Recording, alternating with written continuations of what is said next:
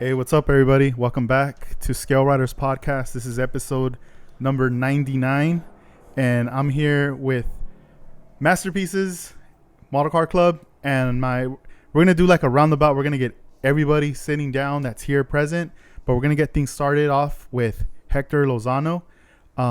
Next week, all the guys are gonna be getting ready to be going out to Japan, and Hector here, he built a new model car, a replica, the Galaxian, and we're just gonna get into that and get things started. So, what's up, Hector? How you doing? Not much. How you guys doing tonight, man? Pretty good. I'm excited for you guys. I wish I can go.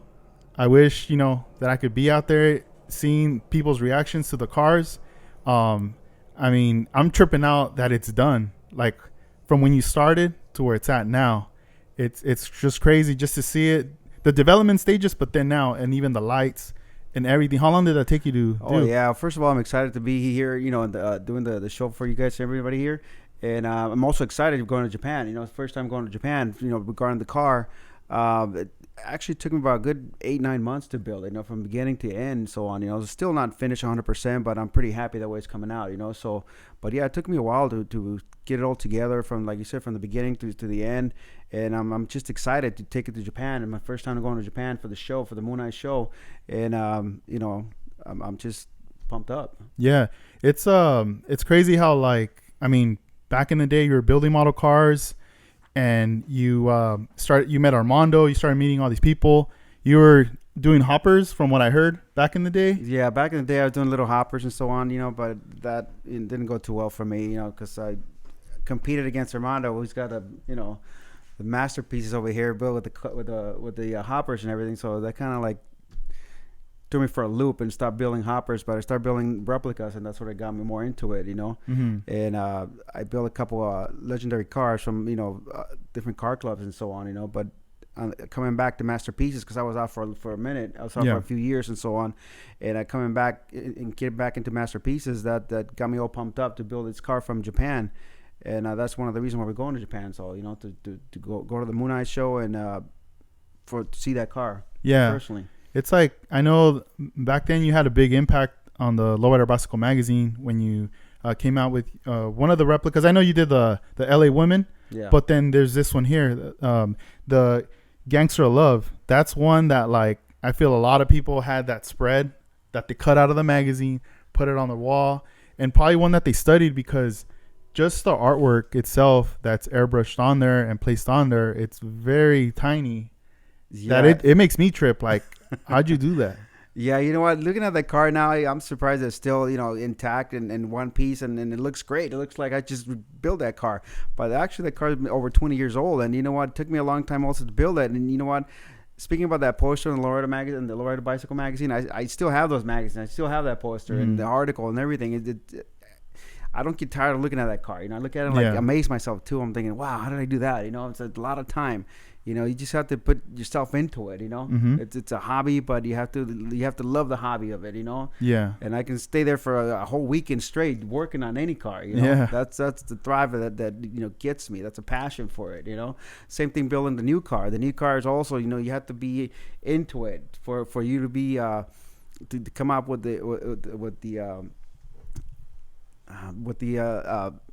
that kind of detail and so on, Mm-hmm.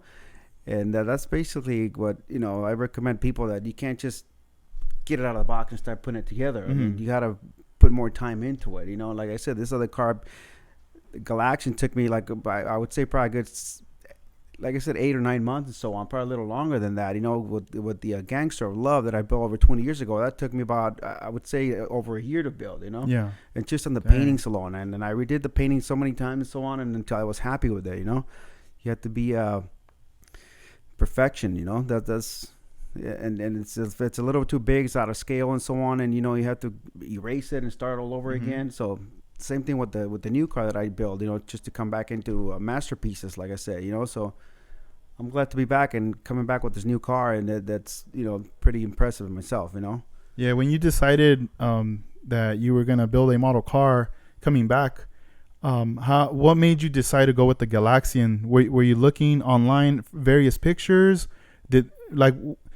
I know that car stands out definitely when you see it, it's totally something different, and I wish I could see it in person.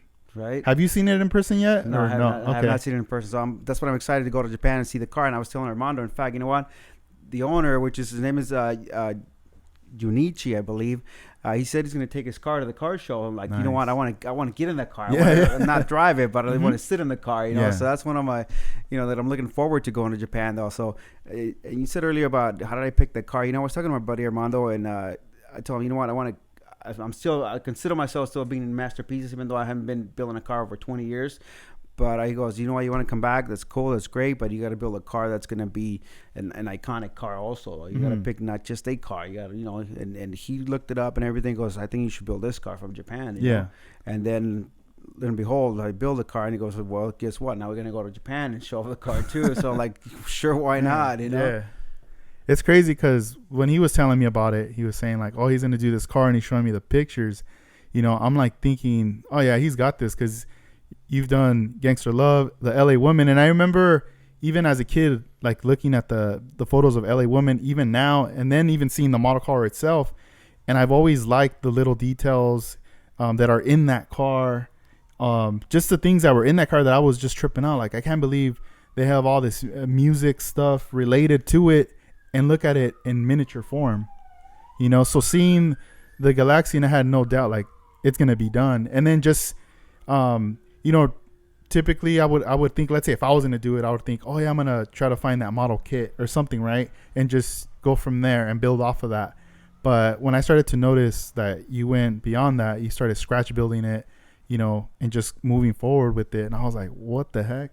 Yeah, no, you know what? Even though I built a couple of different cars, like I said, LA Woman and Gangster Love, to build this other car, I was pretty much intimidated too, though. It's not just like, okay, I can build anything. No, when he told me the car that I wanted that I should build, I looked at it, I'm like, I don't think I can make that, man. I don't think I can build that car, And I started getting other parts from another car and so on. I looked at it, I'm like, man, the tub is so tiny. I'm like, I don't think I'm gonna have, the time or the patience to build this car, but like I said, with time, it came together, little by little, and then that's why it took me so long to build it, and so, but yeah, I'm pretty happy with the results. So while you were working on this and getting to those final stages of completing it, did it kind of take you back? Yeah, it took me back. Like you reminisced about, man, this feeling. It did. Yeah, it totally did. But at the same time, you know what? I mean, you have to drop everything that you do. Like, you can't go hanging out with your buddies in the weekend. Well, you could actually, but if you want to work on your model, and I'm fine staying, all weekend long working on my model. Like I said, it's a passion for it, but yeah, it's just they involve a lot of time in it, But yeah, it brought me back, like, man, I can do this. Like I said, it doesn't bother me. I can sit here all day long and do it, day after day, Yeah. But at the end, like I said, once you start from scratch and everything, you see the results later on, and like, oh yeah, it's coming together. You get more pumped up, So that's the way I feel about it. So like, now obviously we have the internet and we have access to go online and look up Japan and look at photos and videos, but you're gonna be there in a week. I know. Like how well, not even in a week. Like I would say, like 4 days or so.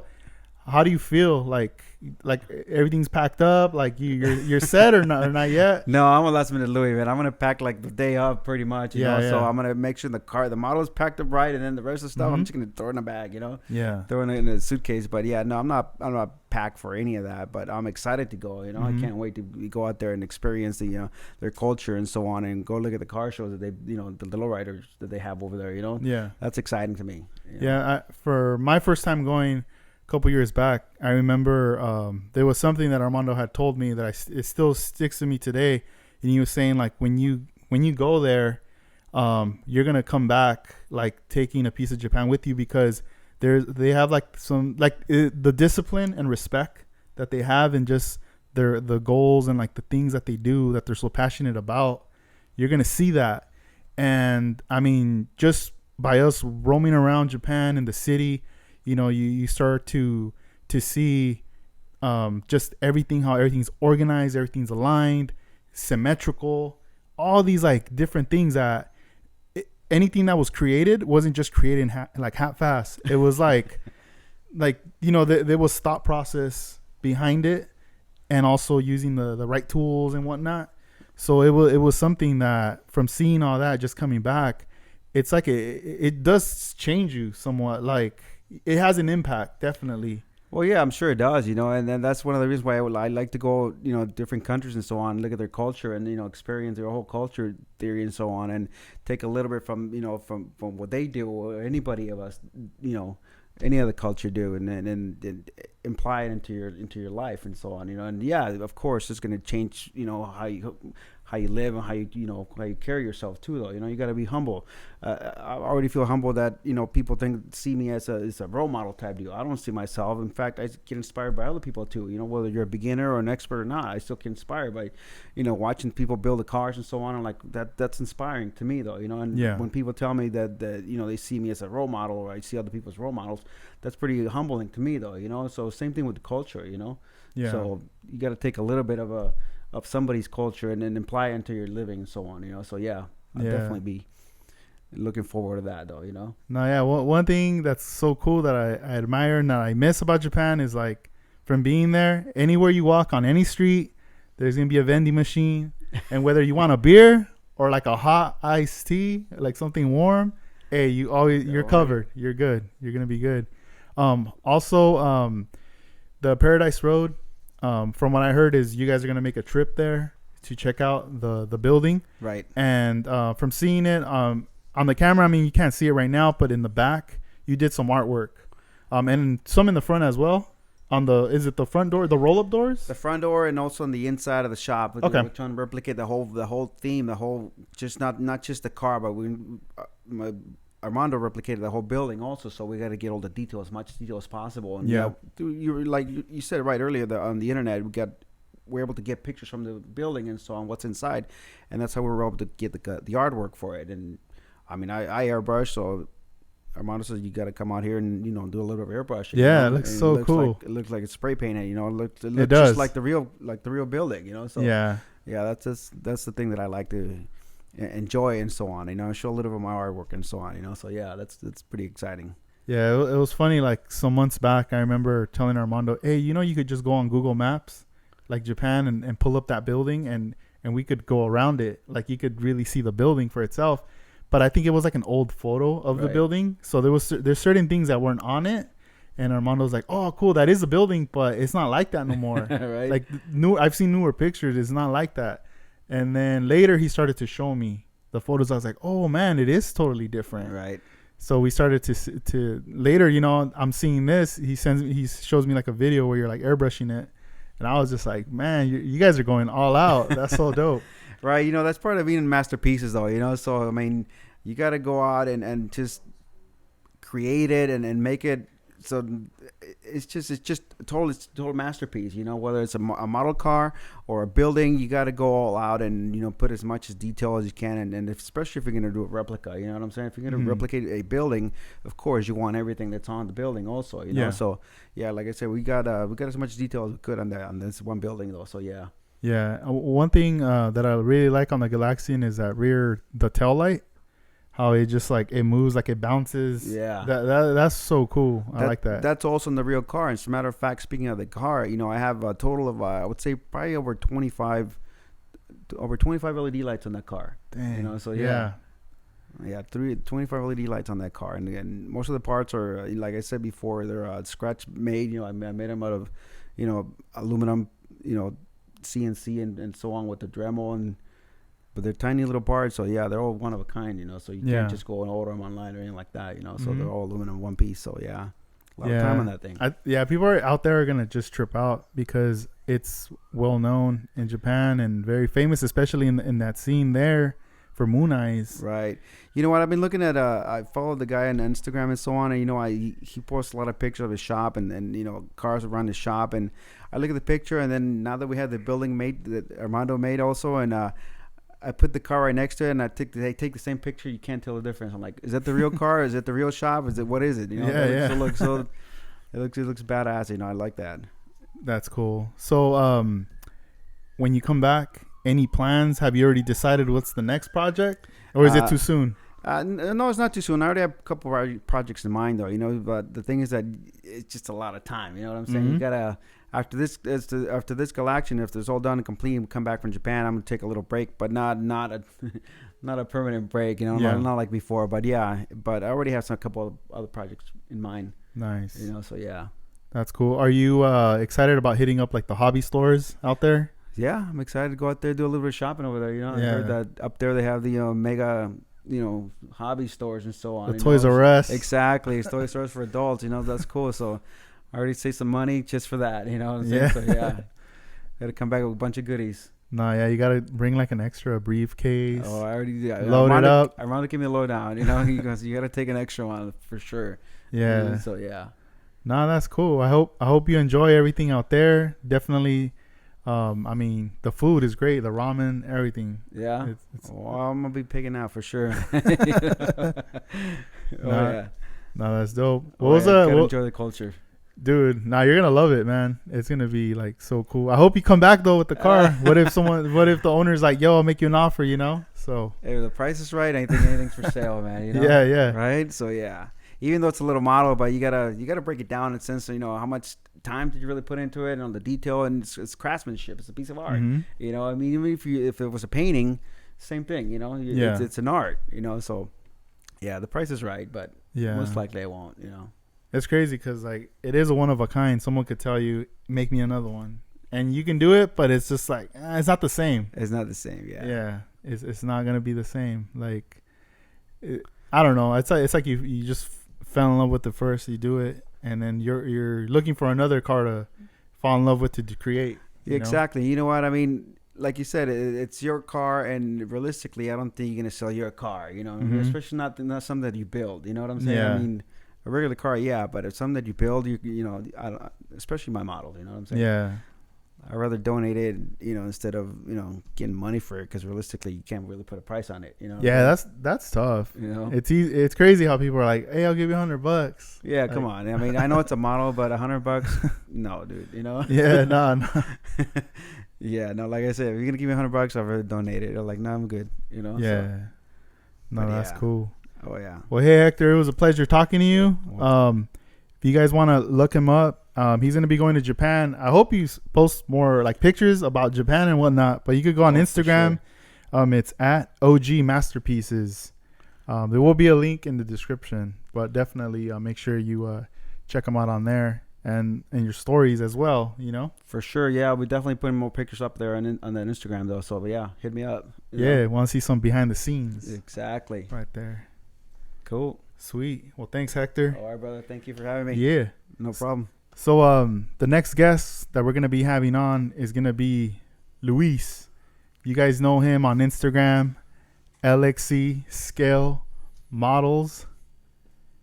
Let's get him right up. Dang. So Japan, that's coming up. Luis ain't going to Japan though, but he is sending out a car to Japan. What's up, Luis? What's up, man? Dang, what up, man? How you doing? Good, and you? Good? Pretty good. You made the trip, 5-hour drive. Yeah. From up north to Southern California to bring down your model car. How was that journey? The drive was pretty good. Normally we leave from North California around 3 in the morning, but this time we decided to come out a bit later, like around 8 or 9, and then we got here around 2. But the drive was calm. It wasn't as tiring, I guess, because we got to sleep in a bit more. Yeah. Yeah. So that came in handy. That's cool, man. You've been on the podcast a couple of times, but now this is like video. We're in person now. It's not over the phone. How's that feel? Is it like kind of different or? It's a bit nerve wracking with the cameras all around. Yeah. But I think we're doing fine. No, that's cool, man. Yeah. So tell us about the model car that you brought out. This is also a car from Japan. Yeah, so the car I did is a 1964 Impala from Japan. I think it's from the car club called Perfect Image. But it's a body dropped car. It's slammed. And it's like a dark purple. But it's kind of a simple build. But I kind of chose it because it kind of represents a bit of my style as well. Mm-hmm. And yeah, that's the 64 is like one of your favorite cars, right? Yeah, it's one of my favorite cars. I guess that's one of the reasons as well why I chose it. Yeah. While you were when you picked that car, one of the things that stood out to me right away while you started working on it was when you started to add the trim Oh yeah. with the styrene, and I was like, just seeing you like being very careful with it and just placing it and just looking very clean. I was like, man, like I want to do my like a 64 just like that. Yeah, so I started off with the Super Sport body. So I had to sand off all the Super Sport moldings and all that stuff. And I had to go to the hobby store and find the perfect trim I was going to be using. So I was just being based off of photos from Google. Mm-hmm. So I found the perfect size I was going to end up using. So I just started gluing the strips onto the body. And then I was using tape to kind of keep it straight on the body. But then one of the harder parts was the little curve at the back of the car. Yeah. I had to kind of use a piece of paper, and then I kind of use a pencil and then just kind of try to trace the body lines. And then I cut that out. And then I just kind of made a stencil out of that. Okay. And then I used a blower dryer just kind of heat up the styrene and then shape it. Nice. So, yeah, to get the curve. Of Yeah, the car. because that bent right there, you could tell, like, you know, if you don't do it careful, it's gonna break. Yeah. Going around that area. It did break actually. Yeah. Because I was using the Tamiya, the glue, Mm-hmm. and that kind of softens up the styrene. Oh, So, the thin yeah one. Okay. Yeah. So that it did kind of break, but I kind of just filled it in with CA glue. Yeah. What's one thing that you encountered that was different on the body? Because obviously it's really low. Was there like modifications you had to do to lower it even lower? Yeah, so I had to sand off obviously the bottom of the car. At first I didn't even know the car was slammed, modified in that way, but I also had to modify the door panels. Mhm. I had to sand them down from the bottom, and then just do some modifications to the rear seat as well. But other than that, it was just the body and the rear tubs and the seats and the door panels. Yeah. Yeah. And how'd you go about the paint? How was like, where'd you get the paint from and that process? The paint, I got it from Armando Flores. He had it mixed for me in some body shop out here. But then once I got that from him, I just went ahead and started shooting it at home. Yeah. What airbrush you end up using? I ended up using one of my newest airbrush. I think it's the Iwata. It's a THP. I can't remember. The trigger. Yeah, the one with the trigger. Dope. Yeah. How'd you like that? It was pretty good actually. I kind of felt like I needed more air pressure for some reason. Oh, okay. But other than that, I like the fan spray because you get Mhm. easy coverage. Yeah. Yeah. So it was a fun airbrush to use on that car. Yeah, it would have probably took longer with like the HPCS. Yeah. Just like the little ball, just like Yeah. sliding back and forth. Yeah. And then you probably get tiger stripes easier. or Oh something. yeah, definitely. Yeah. Was the paint a little tricky when you were like shooting it? Or was it just kind of easy when you started to It was shoot the like all the sides and the top? it was kind of easy actually. Mhm. Yeah. It wasn't. I didn't really have any issues with it actually. Yeah, No issues. No. that's cool. When did you ever think like maybe I'll mail this car over here? Or you were like, nah, I want to bring it in person. Actually, this morning. Yeah. Yeah. I was actually just kind of like Regretting it. Yeah, I was just like, I'm just probably just gonna mail it out. Yeah. I was kind of regretting the trip. Halfway point. Yeah, I was in the shower. I was like, Dang. maybe I would just ship it out. Yeah. But I ended up coming out here with my brother. Mm-hmm. We made the drive, and I'm actually glad I made the drive. Yeah, I Just mean, the overall experience. Being yeah, there. it's cool. Like just hanging out. I mean, it's 5 hours away, but still, like I feel like if you come out here more often, Yeah. it's gonna feel like nothing. Like, Yeah. Like it's not even gonna feel like, oh, that's like far. Next thing you know, you're just gonna be like, man, I'm gonna go by myself. Yeah. I'm gonna head out there. Yeah. So that's tight. I mean, where's your brother? He just jammed. He's not even here. I think he's on his way actually. All right. Yeah. I was like thinking like, man, but Yeah. that's all good. You know, sooner or later you're gonna go back home. You guys are gonna go back home. You know, tomorrow's gonna be another day, and you're just gonna be like tripping out and thinking like, man, I was over there. You Yeah. know. Yeah. And you're gonna feel good. Like I'm glad that I went. You're gonna see all the guys getting ready. They're gonna be out in Japan, and I bet you anything, when you see your car out there in photos, you're gonna want to go. Yeah. Like I know you wanted to go, Yeah. but you know everyone has different circumstances why they can't go or whatever. maybe it's not the timing right now for you, but maybe next year is. Yeah, hopefully next year, if you guys end up going again, I'll probably try to make the trip out there. But if not, there's always a chance to go out there. Yeah, no, definitely. Because I'm sure a lot of people are going to trip out. I mean, even the owner, I bet, from the real car sees it when you post it on Instagram. Yeah, he follows me, and he's seen the car. I don't know if he's seen the finished product, but I'm pretty sure he's seen it. Yeah. Yeah. Was there any any issues or anything you ran into that you had to overcome? I can't think of anything right now. Maybe just it was kind of complicated, kind of having all the suspension in there, and then having it that slammed. But I can't think of any like real issues I was having that I was thinking like, oh, I'm not gonna make the deadline, you know. Yeah. But definitely like something you learned from that build and another car under your belt, you know. Yeah. That's dope. That's cool. What plans do you have now for a new project you're working on? Well, I think every modeler has like a little stash of projects. I have a few. I have to get back on. I have the Cadillac. That's kind of gonna be my next focus. But I also have the Black 64 I'm working on. That one's almost finished. I just need to finish painting some parts, and I think that's gonna be the next focus. Yeah. Did you ever manage to get more photos? Because I remember you were telling me one time, like, man, I can't get any photos of this car. Yeah, the replica. Yeah, the paint's all finished. I just need to do some touch-ups and clear some spots. But I was able to get some pictures from the owner and some other guys that know the car as well. So they sent those photos to me, and I just put them to use. That's cool. What do you got going on with your YouTube channel? Oh, yeah. So my YouTube channel, I recently I haven't really posted lately because I'm doing school, but it's LXC Scale Cars. Just kind of trying to post my projects on there, but nothing much going on right now. Yeah, I mean, you obviously were busy. It's tough because I know you want to document what you're doing and you want to show this whole process, talk about it. Yeah. But it's just one of them things that you're like, man, I don't have time. I got this deadline I got to do. So it's really a hard balance to try to do both.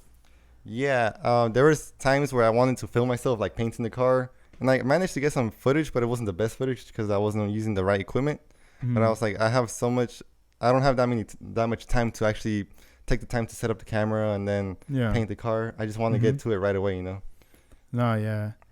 How was like clearing it, that process when you were clearing the car? Clearing it was kind of scary because I'm always afraid of having like some type of reaction. I ended up using my LPH 80 for my water, and overall I had a good result. But I have some little issues I want to fix, but I'll do that once it comes back from Japan. Yeah. I remember you were sending me like photos of like clear. You were going out buying catalysts and all this stuff, and I was like, dang, he's going in. Yeah. Right? Yeah, because I wasn't gonna have any time to order it from Coast Airbrush or any online website. So I remember there were some stores out there in where I live, so I decided to make the trip one day after school, and I just bought the catalyst to clear, and I went home and started mixing it. Yeah, that's cool, man. Yeah. So you did like 2 coats? I think I did 3 coats. Oh, okay. 3 coats, yeah. Man, that's cool. Yeah, I love clear coating. I know like I started using the LPH 80 like recently.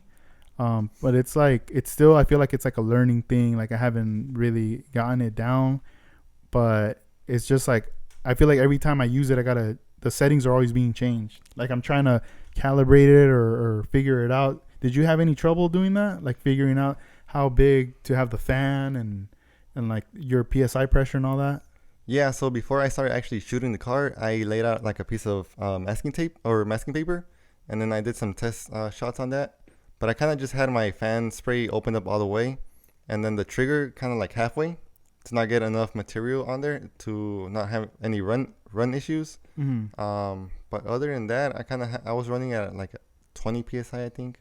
Okay. But yeah, it was kind of confusing at first because I wasn't sure if I was shooting enough material on there, if I needed to cut down the material. So it's always like a little nerve-wracking when you're doing that. Yeah. For me, at least. Yeah. Were you relieved once it was done, like the next day, or once you saw it dry? You were like, yes, it's done. I just wanted it to dry just to start putting it together and putting the wheels, taking photos and all that. Yeah. Yeah. That's cool. Yeah, I always notice like you always like take your photos and they look really nice. Is your 59 also going to Japan, or is that staying here? No, I think that's gonna stay here. Yeah. I just brought it just to have it on the table as Yeah, well. yeah. Yeah. That's dope. As a prop, man, it's gonna. I heard it's not going back up north. No, I'm playing. It's gonna stay here. No, that's cool, man. Well, hey, I'm glad that you came out, that you're out here, that you did the podcast with us. Anything you want to say to listeners out there? Just keep on building, man. You get better with each build you make, and you're always learning something new. Yeah, and I mean, you have a new Instagram page because you know you're always on the LXC one, but then you got another one. Yeah, so I have my personal one, LXC_73, but then I also have the page one that kind of like represents the YouTube channel. Yeah, which is LXC Scale Cars, and I kind of just post more model cars than that. Mm-hmm. So it's more of a project page for that. Yeah. Nah, I could see a lot of people. The response when you post photos are very motivating. Yeah. When you see the stuff, so that's cool that you have that. Like you separate your personal to this more like your artistry page, I would say. Yeah, that way I'm not annoying the people on my personal one. You're not putting a burrito. Bam. Yeah. This right now. There you go. Yeah. Damn, that's cool, man. Well, hey, it was good to see you, Luis. I hope you have a safe drive back home. Yeah, for sure, man. Thanks And, for having us on the podcast once again. And yeah, man. We'll this is cool. Finally in person. So Yeah. obviously, hopefully we do another one. Maybe when I go up north or something. Yeah, for sure, man. Link up. For the NNL West. Ew, that's coming up. Yeah. That's not too far away. Yeah. Sweet, man. And so we're gonna move on to the next guest here. His name is Juan Amezcua from Van Nuys. And Juan is gonna go to Japan. He's gonna be out there along with the guys making his road trip. This is like his second time going out to Japan. Man, I'm so jealous. I wish I could be going out there. Sup, Juan? How you doing, man? Good. Yeah. To see you here. Yeah, man. Last time when we were when I was in Japan with you, Yeah. I mean we roomed together. You could say we were like roommates for a week. Mm-hmm. It was good times. And one of the dopest things that I remember from that hotel was the breakfast. Remember that? Oh yeah. Good breakfast. Yeah, hell yeah. That was every day breakfast. And then I remember on the last day we were like We were slept. we were like, yo, we're gonna do it. It's gonna be so dope. We're gonna go in there. We're gonna get all this stuff because we were getting like all this bread and all this stuff. But what did we do? The night before we came home. We came to the spot. We started looking at all the stuff we bought, and we started like just cramming everything in there. We stayed up late talking, and next thing you know, we like just slept and we woke up and we were late. We didn't even make it to the thing. It was over. It was done. That's crazy. But anyway, how do you feel about Japan, that it's right around the corner? I'm anxious and excited to Yeah. go again, to be able to go again. Oh man, that's gonna be Be a whole different experience from the first time we went. yeah. Sure. For sure. Some new stuff, but at the same time I feel like you're gonna feel like I've been here before, you know? It's like any city you've visited here in Southern California or whatever state, anywhere you've been in, you're gonna feel like, man, I've been here before. Mm-hmm. You know, I'm not gonna get lost. Remember those adventures we had in the trains trying to find a spot? But we got lucky. We would meet people that would be like, yo, where you guys trying to go? All right, like, you know, we go through here, or they would like tag along with us and then be like, yeah, this is like your exit right here. So I really like that about the people in Japan, they were very polite and made sure that we weren't. Yeah, by the fourth Lost. day, we were familiar in how to get around, so it was Yeah. easier by the fourth day. Nah, that it was fun. What was your impression about the hobby stores when you first walked in and you seen the walls and everything? Like a kid in a candy store. Yeah, Looking, see what to buy, and like, wow, it's almost like unbelievable. you don't even care how much you're gonna spend, huh? You're just grabbing stuff, Yeah. putting it in that cart and everything, and Run out of cash, use the plastic. yeah, heck yeah. And then they're always like, if you use your passport, we'll give you a discount. And then you say, all right, cool, we're gonna do the discount. But then they're like, oh wait, we can't charge you here. We got to go over there. Mm-hmm. And then they take forever to charge you. And then when they charge you, they give you this long receipt. and then they fold it up, and then they Yeah, staple it staple onto to your your- passport. So you're like, oh damn, I got snagged. Like I'm gonna get hit at the airport or something. I think I still have mine stapled to my On there? passport. Oh, I took mine off. I wanted to take it off, but I was paranoid. I was thinking like, what if somehow they know they saw me in the camera, and they're just like, sir, you can't board that plane. You know, you got to pay some taxes because you didn't pay taxes here. Yeah. You got that discount. Nah.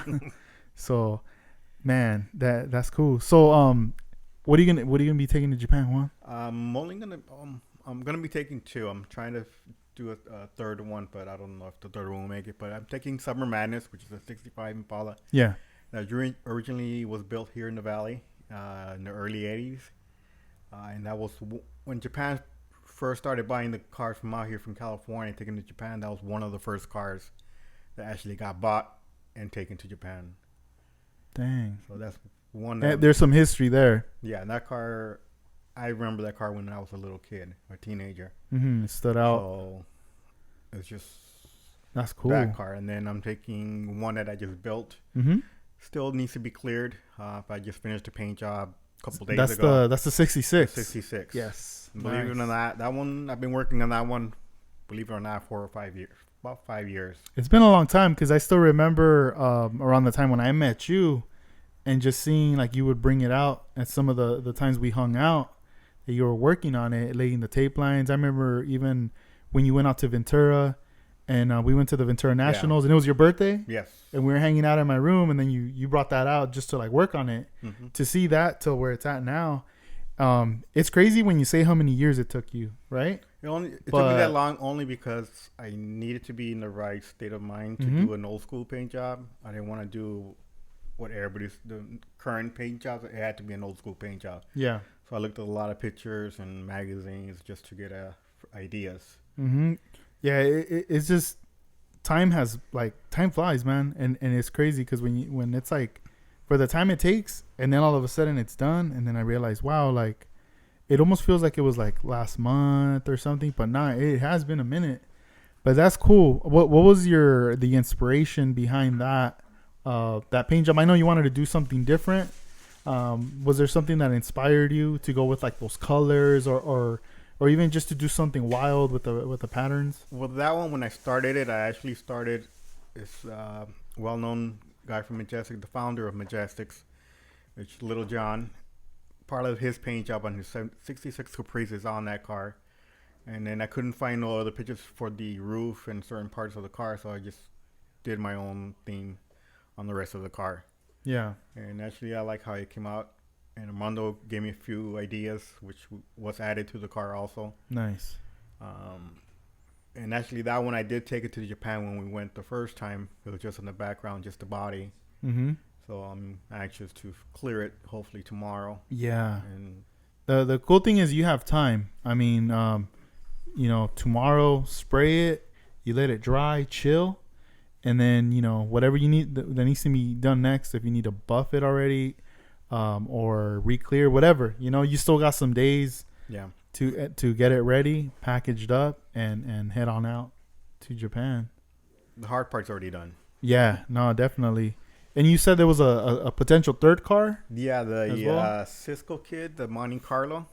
Okay. So I'm going to try to paint that one, at least probably just a base on it, Mm-hmm. and take it that way. But I'll probably start painting that tomorrow. I already have some of the paint, but it's not completely done yet. Yeah.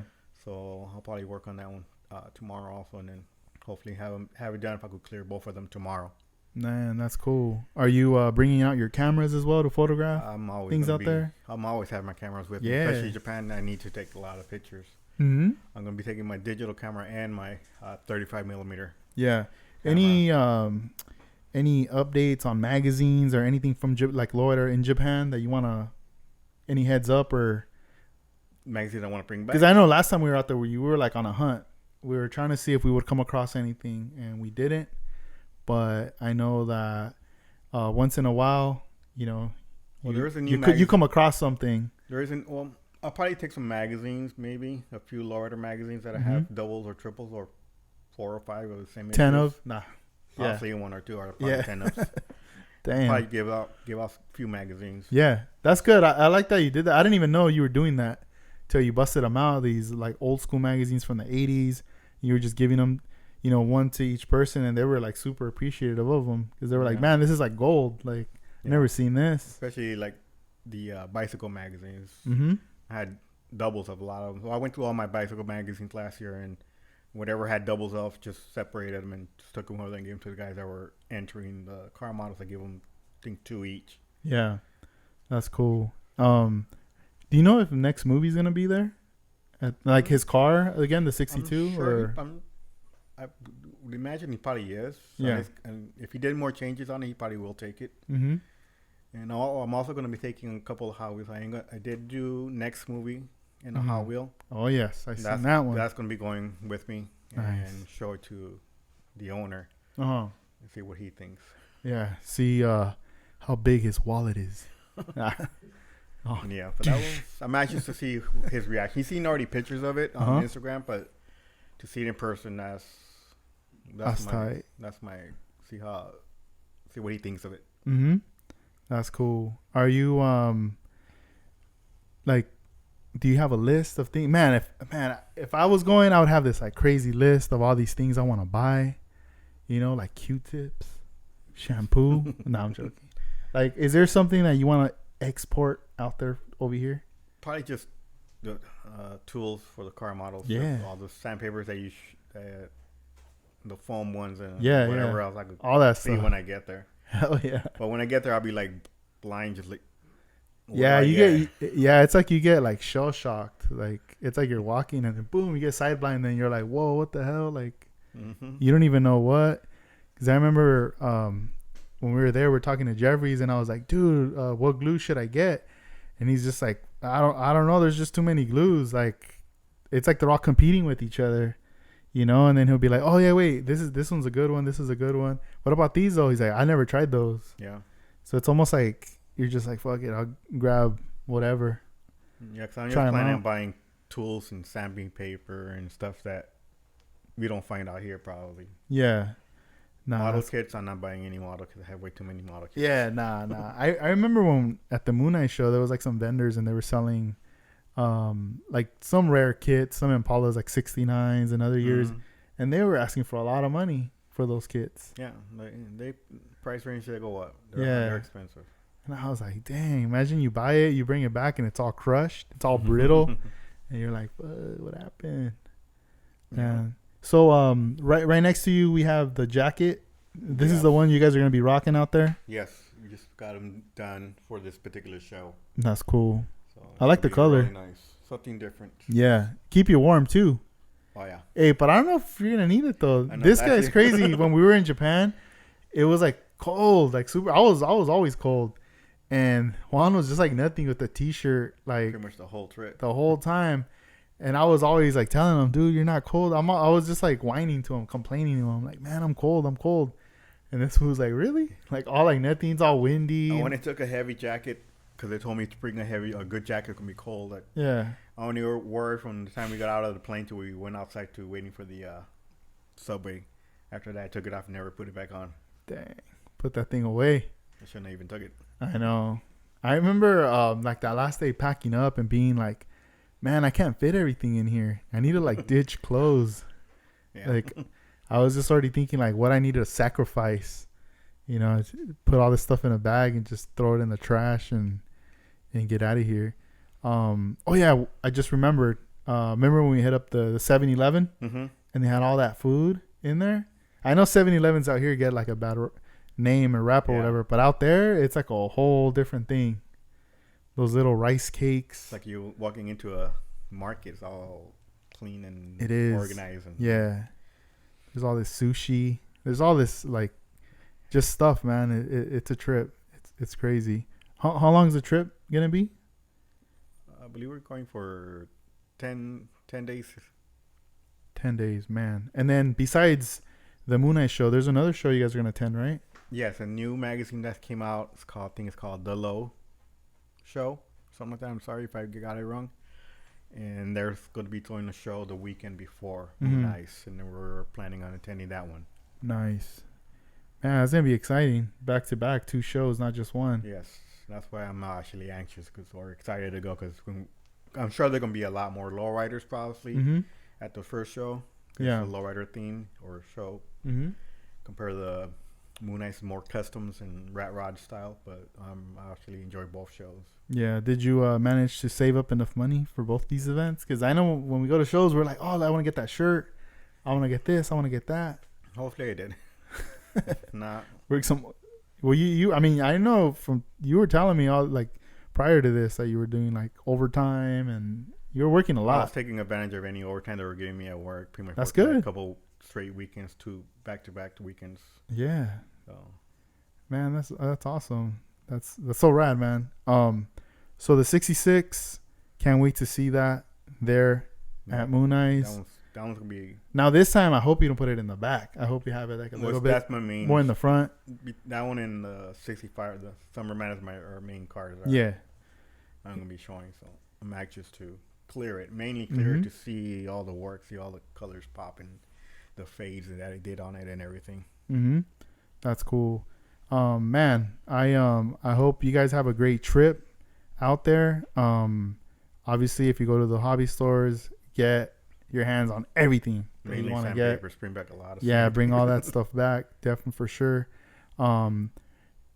Where can people follow you at on your Instagram so they could keep up with you, Juan? It's Chevy Man 1968. Dope. Hell yeah. Well, hey, Juan, it was awesome talking to you. Likewise. Heck yeah, man. I hope you have a good time. I'm glad that we're hanging out. We're doing the podcast, before you guys take off, because I know, once we go back into the work week, everybody's busy doing their thing, and then we're not going to see each other. And next you know, you guys are on a plane to Japan. Yes. So have Thanks some for fun having out me there, over. man. I sure definitely will. Yeah, hell yeah. And so that was Juan Amezcua. The next guest is Ivan. On Instagram, Little Shop of Models. Yeah. What's up, Ivan? What's up, Edgar? Dang, what's up, what's up? Woo. Oh. Have a seat. How should I put these on? I got a big ass head, so. Nah, you got it. There we go. They fit. It's a fit. Nah. That sounds way different. So obviously we're not going to Japan. Dang, we're staying. But you did create a car to make its way to Japan. Right. Which car is that? I can see it from here. That purple 50 Chevy. All right. That purple one right there. Yeah. How long did it take you to make that one? We actually started in January, I think. Started building it. That was before the whole trip that they're going to Japan and stuff. Yeah. You just kind of just started like working on it. Yeah. Well, I saw it on my Instagram, and I just fell in love with the truck. So I was like, I'm gonna build it because I had the kit in my closet. Mm-hmm. So I was like, I'm just gonna build this truck real quick. It's nice. I like the color. What kind of paint did you go with? House of Color. I mean, sorry, the clear as well, House of Color, or No, the clear is Tamiya. okay, because it's more like it looks like a matte finish. Yeah, that's exactly what it is. Man, that's cool. I really like that. And then for the bed, I mean, it's like cut out and you can see everything. Yeah, just like the real truck in there, dude. I don't think I've ever seen the real truck You on haven't? Instagram. Yeah, No, yeah, you need to check it out. I need to see that. Yeah. Yeah, you need to put me on game on that one. Because when I seen you working on it and showing photos of it, and I was always like, man, that's crazy. Like, I really love the way that looks. It looks so real. Yeah. You know, the whole setup in the back.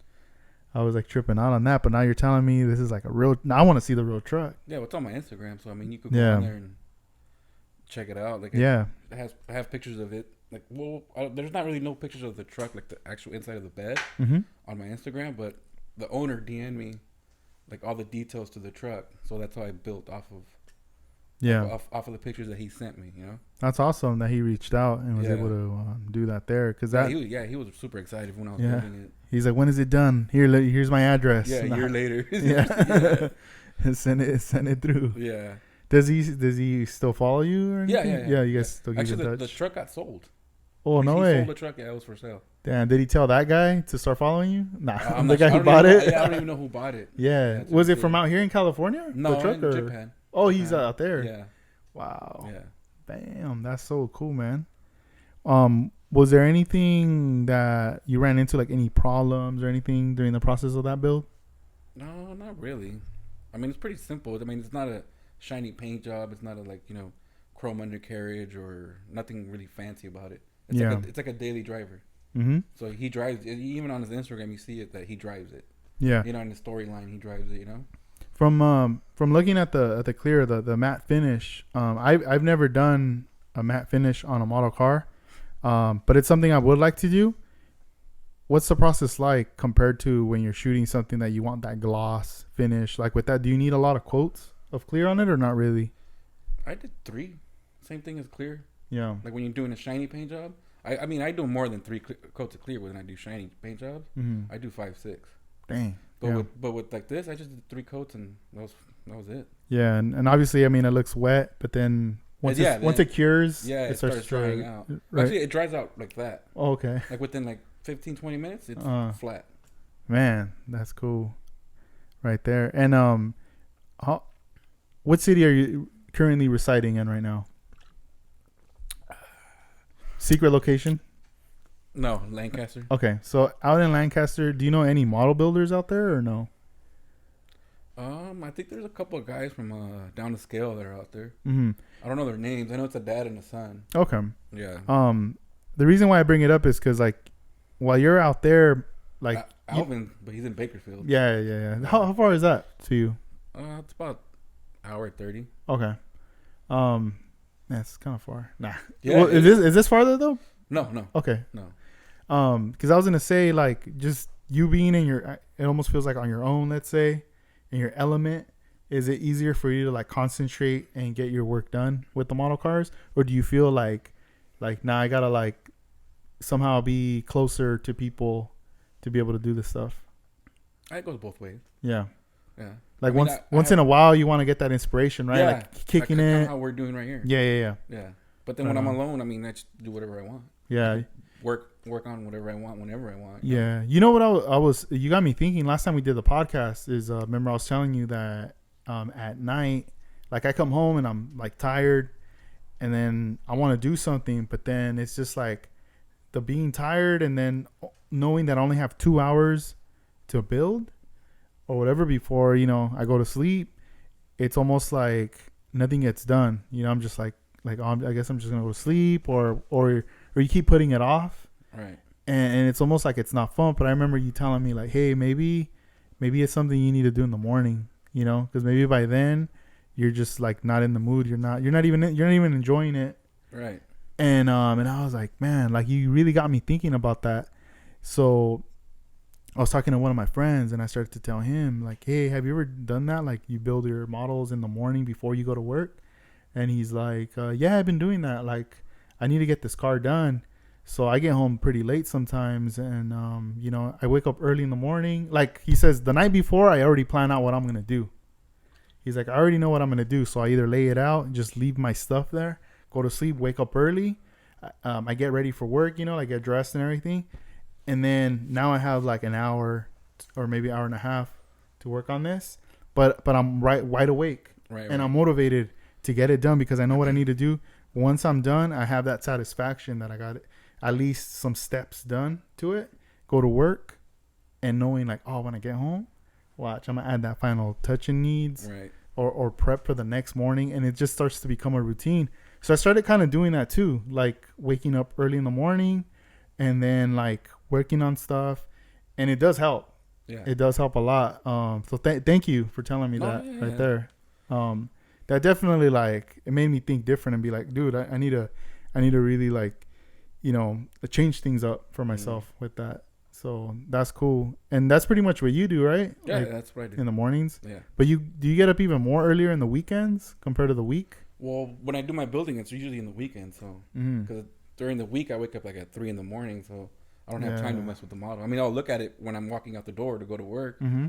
But like when Saturday comes, I'm up 4 or 5 in the morning. Yeah. And I'll go in the garage and just start building. That's early, dude. 3 a.m? No, 4 or 5 in the morning. Oh, but like during the week. Yeah. Yeah. What time are you normally off by? 1:30.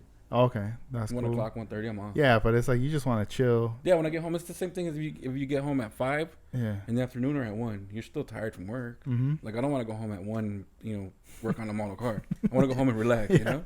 So you're working and then you face plant like, on it, you know? And so you'll be like, what the hell? Yeah. That's crazy. Nah, that's cool. That is your work far though? Do you have to drive? Do you have a commute or no? Sometimes I work up in Lancaster, which is the shop is like probably not even 10 minutes away. But if I do get dispatched to go work down here in LA, well, Yeah. I got to do that drive. Man, and when you come out, you make those rounds to the hobby shops out here? On Fridays. Yeah. That's On cool. Fridays, I'll stop at Burbank House of Hobby. Yeah, that's like a fun day, right? Yeah, it's like a yeah. ritual now. Like it's Yeah. kind of like if you don't even, not even if you want to buy something, but even if you just to don't go there. Yeah, Yeah. If you don't go, you probably feel weird. Like, Yeah. like damn, I didn't even get to go. That's crazy. Have you made a wish list for the guys to give to hand with stapled on with like $100 bill to the list? Like, here you go, please. I need this stuff. Not really. I mean, I have pretty much everything. Yeah, you're that I set. need, You're cool. yeah. Probably a couple of shirts. Yeah. Oh from the yeah. Guys from like a Primera Car Club or A beanie. beanie or something. Yeah. Hell yeah. You guys gonna get me a beanie? No. Yeah. I mean, as long as I have a safe trip, cool trip. Yeah. and Nah. Let them have fun, and I mean, they're taking my truck, so Mm-hmm. so. Man, Into imagine that. they take the truck. There's photos of everything, but not the truck. Oh, I don't. And you're just like, hey, Yeah. did it make it safe? I'm gonna blame Armando. And then it's like, dude, you know what? I think we left it like in the garage. Like, damn. I'll blame Armando. Yeah, we left it on the table. It stayed. We packed everything up, but that was like the last car Yeah. that we forgot to pack. I mean, as long as the owner or the new owner takes it. Yeah. like Is that the Vegas. only car you're gonna be sending out, or is there? That's the only Japan vehicle. That Yeah. I have, yeah. That's nice. Because I started building that in January 1st of this year, Mm-hmm. and that was before I met Armando and before we like clicked up, you know. Yeah. And then I guess they ended up they're going to Japan, so then they're building all these replicas, and I was like, oh, I got a truck that I'm building. Mm-hmm. So I showed it to him, and he's like, yeah, build it. We're taking it to Japan for you. Yeah, that's so cool right there. What about any other cars that you've built? You didn't get like an idea, like maybe I'll give them this car too to take out there, like the Riviera. The blue one. Yeah, I didn't even really think about that. Sending that my one. main focus was just then sending like 10 more cars. Uh-huh. Here, guys, just take them all. No, my main focus was just the truck to get Okay. that done. But I Yeah. mean, if he wants to take the Riviera, he can. You know what's mine? He's like, nah, I don't want to take it. Take no more. Yeah, nah, we're good. Yeah. We're good. Nah. Yeah, I mean, I'm gonna be shipping out 2 cars. The Hudson Hornet. The reason I want that car, it hasn't gone out there. Mm-hmm. I wanted to smell the air out in Japan, but What's brand new too? I mean, Yeah, you yeah. finished it this year, right? not yet. On top of that, though, that car was inspired to me when I was building it Like from Japan the style? that and the Cholos, Yeah. the custom shop. Right. So it's something I hope they're there. I'm pretty sure they're gonna be there, but I hope they see it. Mhm. So that was like an inspiration, like just from the time I went, the impression, seeing their cars in person, and then on top of that, like just following them on Instagram and just seeing how like they're always like doing something different. It really caught my attention, and then there's also the 48 Chevy panel, Yeah. from Paradise Road, the Pharaohs. Mm-hmm. That's another one too that that's gonna be going out there as well. So I wish I can go, but it's one of those things. I know physically I cannot be there, but I know that like the work that we're gonna be sending out with the guys, you got to look at it as like all this time and effort, and like it's like you poured your soul into that car, Right. so at least that's going out there. So it's like a part of you is going out Yes. there, Mm-hmm. Yeah. And then it'll make its way back, and it's something that it's gonna be a memory that you'll always be able to look back at and be like, tell people like, hey, this car was out in Japan. Right. Yeah. And I mean, in the future, I'm pretty sure we will be out there as well. Yeah, because I really want to go too. I've never been. So. Yeah, nah, definitely, dude. You gotta The only thing I'm not like looking forward to is that long ass the flight. Yeah. Yeah, it's not too bad. I mean, they got movies. They got lots of movies you can watch. Go to sleep. I remember thinking like, man, you could even work on your model car on there. But then people, little table or what? Yeah, but then people are gonna trip when you bust out the glue. Yeah. They're gonna be thinking like you're like sniffing glue or something. You bust out Like, the airbrush. like they're gonna be thinking you're putting glue in the throw up bag and like huffing it on the way up to knock out. But nah. And then hobby knives too. That's like, nah, that's totally dangerous right there. But you gotta make sure. Oh yeah, all your guys is like tools and all that. Put it in the not your carry on. Put that in your luggage with all your clothes. Okay. Yeah. You don't want to have that on you. It's considered a weapon, no? Oh yeah. So I mean, they'll just confiscate that and toss it. But I mean, when we were coming back, all the tools, everything, I put that thing in the luggage. Like I didn't even want to carry it, you know, that was gonna just go in the belly of the plane, right there. But it's gonna be good times, definitely out there. I hope the guys have fun and show Yeah. off everything. Hopefully everything goes good. None of the cars get ruined on the way over there. I know. Get dropped, get kicked, or Oh. get sold. They sell off your car right They there. sell off your car, I know, too. mine too. Damn, where they at? 2 for 1. And they're just like, oh, you can make another one. Yeah, right. And then they're like, oh, but hey, remember, I get 30% commission Ching. off the sale. It's like, nah, that's not cool. What are your plans for 2020? 2020, probably just stay more busy and probably try to build more. Yeah. More than this year? More active on Instagram, and then I'm thinking about starting a YouTube page too. Yeah, you should. So give that a try and see how that goes. Yeah, that'd be awesome to do a page there. But yeah, but as far as like modeling, I mean, I'm still gonna do the same thing I did this year, the year before. I'm, I love doing it. So yeah, the only thing that's gonna change is probably the people I'm around now.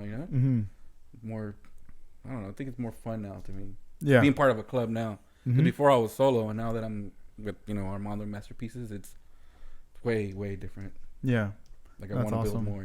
No, yeah. It's always good. It's refreshing when you get together with people and you work on stuff that are doing the same, that love doing the same thing you like doing. Yeah, because I know a lot of people that build in different places, different states, and even for them, they don't even have a hobby shop around the corner or anywhere near. Sometimes they don't know anybody who builds and they want to learn this stuff, but sometimes we can make these videos and we can tell someone through text or in a DM, like, this is how you do it, show them pictures and everything, but it's still like not the same in person. Right. Like on person, it's a whole nother level, something more personal. Yeah. When someone's showing you, and even though someone showed you, you could still run into a problem as you're doing it. But then it's cool having them there that they can show you, like, look, this is what we do next. Especially if we run into a pretty big problem or something. Right. And it's cool because, like, you go home, like, motivated. Like, oh, man, like, I'm going home with all this homework. Yeah. Like, I know what I need to do next with my car. I was a little lost, but now I got, I see the lanes. I see where I need to go. Yeah, you go back with knowledge and then you apply that to other builds too. Yeah. So it's like, So it's always a fun thing right there. Yeah. That's cool. Well, hey, Ivan, what's your Instagram? Little Shop of Models. Yeah. A couple of underscores on there, but. Cool. We'll put you on the link on the description as well. Yeah. It was a pleasure talking to you, Ivan. Yeah, you too. And hanging out too as well, earlier, Yeah. So, hopefully we see each other again in the future. And we're going to move on to the next guest. Oh, damn. All right. Teacher. Yeah. All right. So the final guest that we have for episode number 99 is Armando Flores. Please step up to the stage. Let me get my beer. All right. Cheers for that. There we go. Oh, cheers, Armando. How are you? All right. Yes. Beer. Nice. All stressed out. I know, man. Yeah. It's been months and months of stress, Yes. levels up and down. It's almost like a mixer on a stereo, seeing like the levels going up and down. Oh, or yes. are they at red? They're like purple, man. Purple? Dang. On the meter. They're like past the red or Yeah, something because time is going so quick. Mm-hmm. And next thing you know, we're going to be in Japan and we're gonna have to represent. Yeah. One question, like time flies, and I know when you're like a kid and when you're young, it's like you have all this time in the world, but the question is, time, it slips away, but is it because of age that we're getting older, or is it because of the tasks at hand, the responsibilities of the projects in life? I think it's because you get so busy, and time just goes very quick. Mm-hmm. And another thing is that you see getting yourself older, and you like want to make more, you want to do more stuff, and you see time, getting closer. Yeah. And you just basically want to produce more. Yeah. And do things right, and do things what you want to do. Mm-hmm. It's interesting how you say that. Like, as we get older, you want to do all this stuff, and it's almost like when you say those words, it's almost like it's so close and related to like mortality. It's almost like you're thinking, but you almost feel like I gotta do all these things before I'm gone. Correct. Right. And I've had a thought of that in moments in like 2010. I was like in a really bad car accident. I was driving by myself. I got T-boned. This guy had stolen a car. He was on drugs. He hit me like at 110 miles an hour, and I just spun out of control, whatever. But like when all that happened, I it was something negative, but I tried to turn it into a positive. Correct. And once like the shock was gone, I was telling myself like, I gotta drive again. I gotta do all this stuff. I can't let that hold me back. But I gotta do all these things first. So whatever I was doing in my life at that time, I wasn't taking it serious. It was like my goals were like, like I'll do it later. I got all this time, right? Right. But that changed. Like when that happened, and I was good physically, mentally, everything was cool. I had all these like goals, and I started to like attack them and reach them every time. And even my friends were like, man, like I think ever since that accident happened, like you've been doing all these things, like things have changed. And I would always tell them, well, I want to leave something behind, like, because I started to say like when I'm gone, it's like the only people who are going to remember me are going to be my friends and my family, right? But then as time passes, then it's just the family. And then as more time passes, then even the family, like it goes away because new generations kick in. Yes. And then the new generations never got to meet you. So then you fade away, and then it's almost like, oh yeah, that's like my great like uncle or whatever. Yes. I heard, like he was my uncle. All right, what'd he do? Well, I don't know. I don't know what he did. But then when you leave all this stuff that's like, here, this is history. It's like, look, I still have something that he did physically, not just an image, but a physical thing. Right. Which is like, it starts to change things, Yes. And you appreciate life. You start appreciating the moments, the reason why you do things, the reason why you go to work, why you go and, go to Japan and do car models. You need to enjoy what you're doing. Mm-hmm. And that's something that I try to do every day. Yeah. Whether you're eating, you're sleeping, you're working, it's part of enjoy life. Yeah. And part of this hobby, it makes me happy. I enjoy it. I enjoy having, you guys here. Yeah. Having a good time and be able to share that with you guys. No, yeah, it's that's the thing. Any like, if you think about it, like this is what brought us together. Correct. And it still trips me out. Like having a connection back in the day just through a magazine without even meeting you. My connection was looking at that and being inspired and just being glued to the magazine and just staring at it.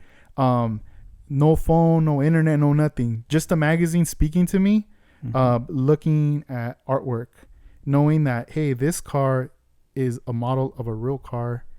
And I just remember like laying in bed in my stomach, you know, just flipping through the pages and just staring at it. And my parents probably like, what is he looking at? You know, like he's so quiet, but whatever, let him do his thing.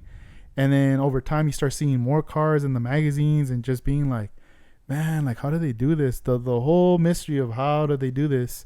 And I'm sure everybody has tons of stories and different connections. But in your process, when you were building this car, like, you probably had no idea what impact or how far this was going to reach. You know, your purpose was different. I know you wanted to create that car. It was lowrider car of the year when that came out. Yes, it was. But it's like your goal was to do that. You did your homework on it, but at the same time, it was like for competition, Right. too, right? Yes. And that gravitated people. Like it connected you with more people. Yes. You know.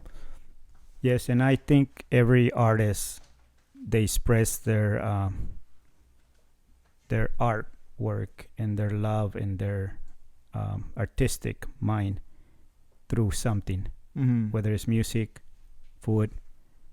For us, is in the car model world. So every time I see something and I want to create something, I want to express it myself and in somewhere where people can see it.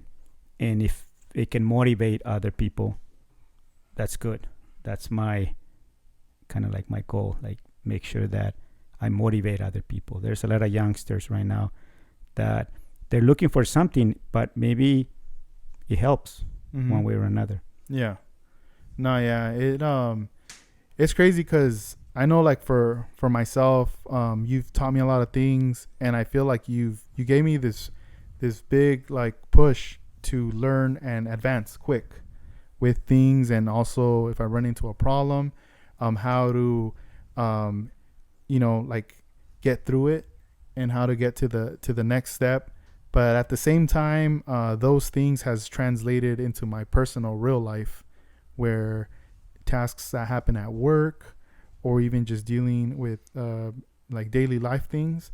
I feel like back then, on a personal note, like if something bad would happen as a kid or whatever, I would like freak out or be like, oh, like we messed up or I messed up or I don't know how to fix this or what.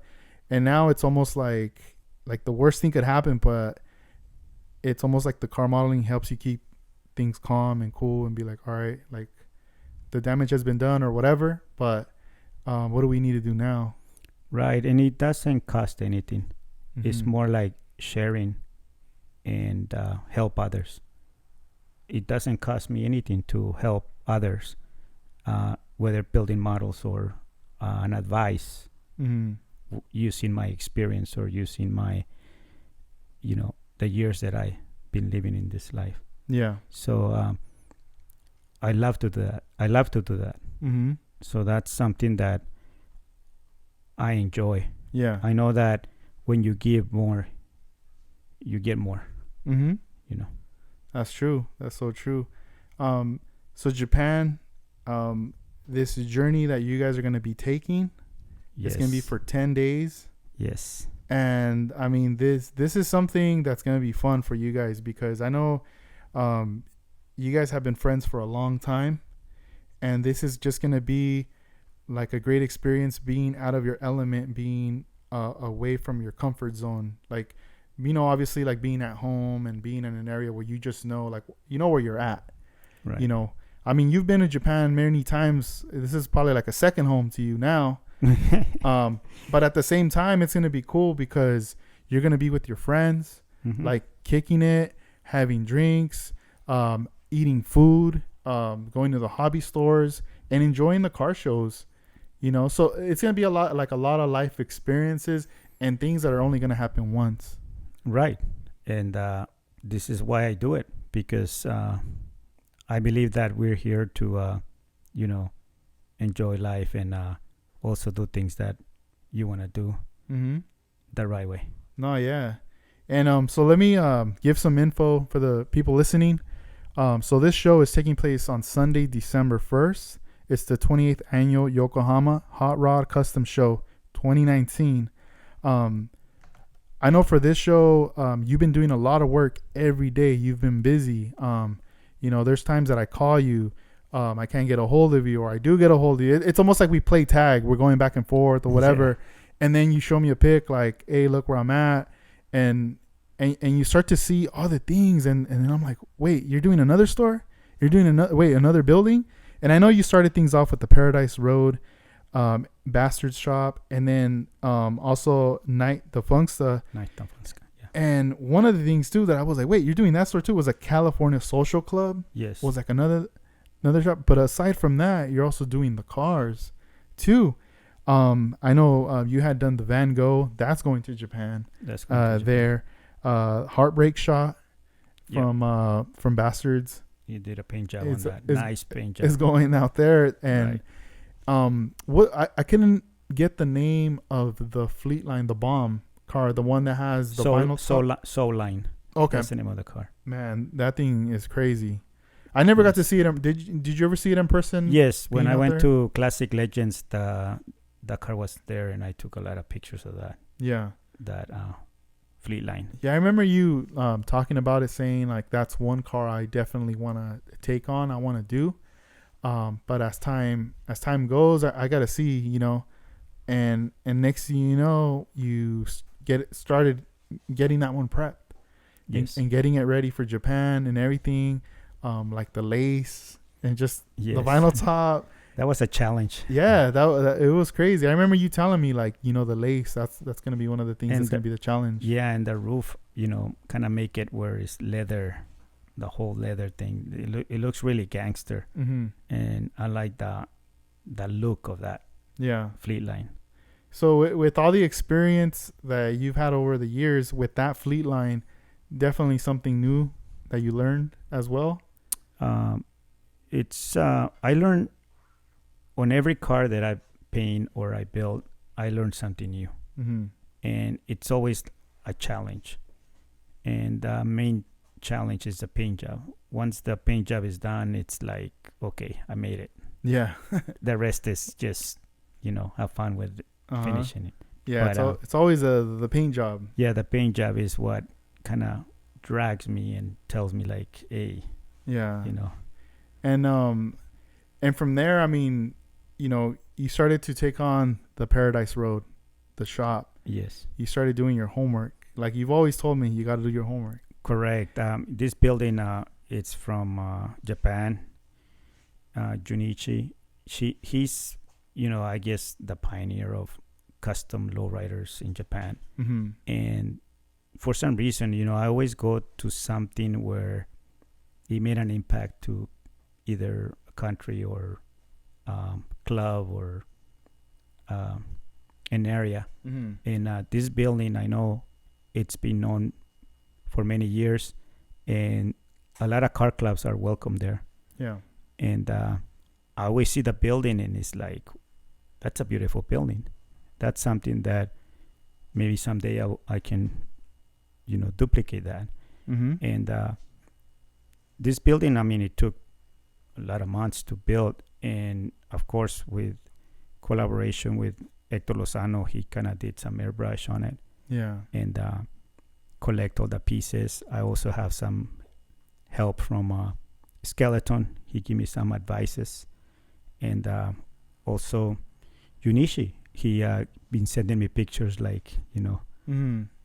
and give me thumbs up and cool. Motivate me. The approval. Like, yeah. So I'm excited about, taking this piece of art to Japan mm-hmm. with the others.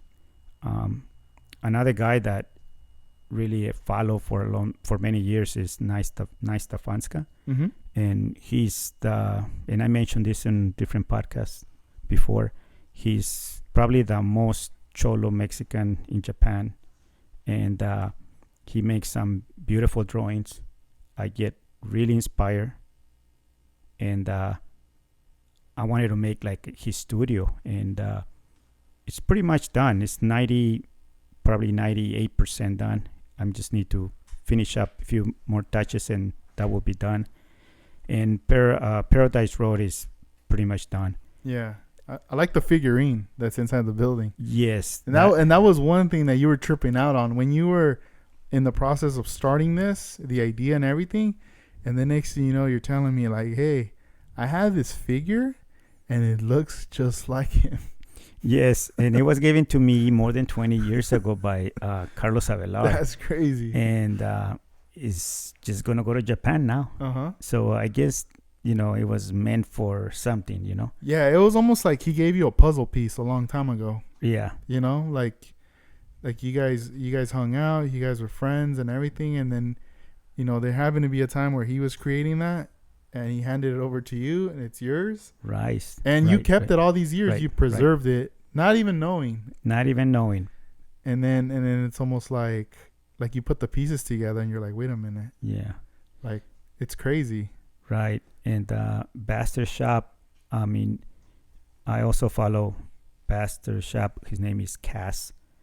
And he has a shop that he has like a boutique next to it. Mm-hmm. And then he has the shop on the other side. And, you know, this building is also something that is in Japan that he has done probably the most beautiful paint jobs out there. And that inspired me.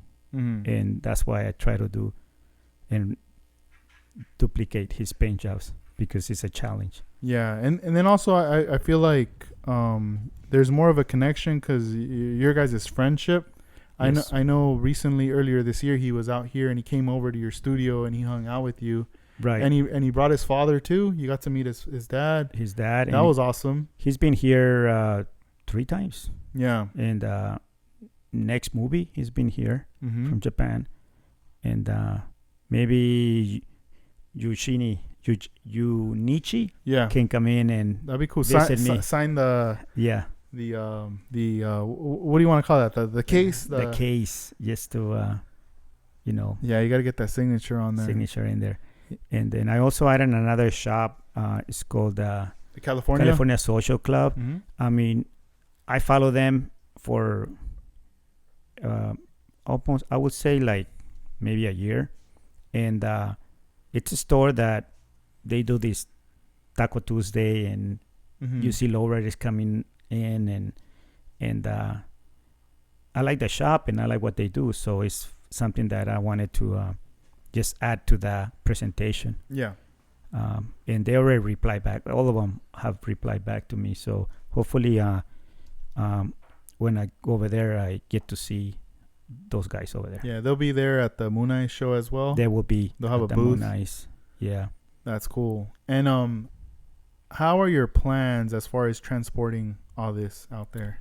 I made it so that it disconnects. Like I can pack everything separate, and all the walls, they come out. They all have hinges.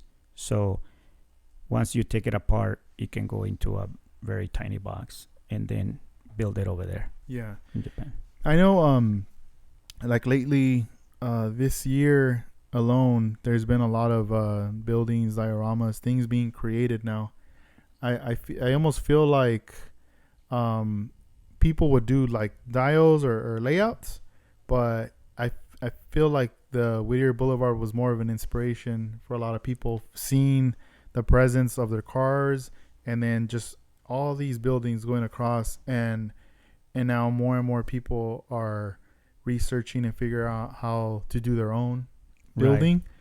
Right. And when you look at like this one here, the Paradise Road, it's not like a 2-dimensional building. It's more like a 3-dimensional, like you could just walk around the whole thing. Yes. You know, there's you'll find things in every side, you know, whether it's the front of the shop, the sides, or in the back. Correct. You know, things are you can interact. You can open up the garage, the doors. There's artwork in the back as well. The weathering, and there's even lights. How was that process with the lights in the front? Well, you know, thanks to technology, now LEDs are so easy to find, easy to get, and all these LEDs are only like 3 volts, so you can run current 3 volts, and you can pretty much put it on your models, on your car models, or in stores. A store is a bigger building, so you can pretty much hide everything. Mm-hmm. But on a car, it's a little bit, complicated, but not impossible. Yeah, yeah, because it makes a big difference in the front. Where you have it say Paradise Road, also like the spotlights in the front and inside the building too. There's lights as well. It gives like especially when like you turn off all the lights and it's like night. Yes. That feeling, it does give you that warm feeling like you're in a shop. Right. I don't know. Have you had moments when you're by yourself? Let's say everyone's asleep and it's just you and you turn everything off and you're working and you're just like kind of just staring at it. Yes. And tripping out like. And I play with the lights and I try to see, the vision of what people can see. Mm-hmm. And if I can see it, people can see it. Yeah. And it's like having a toy. You're Mm-hmm. playing with lights. You're playing with, all the stuff that you did inside that makes it, excited about it.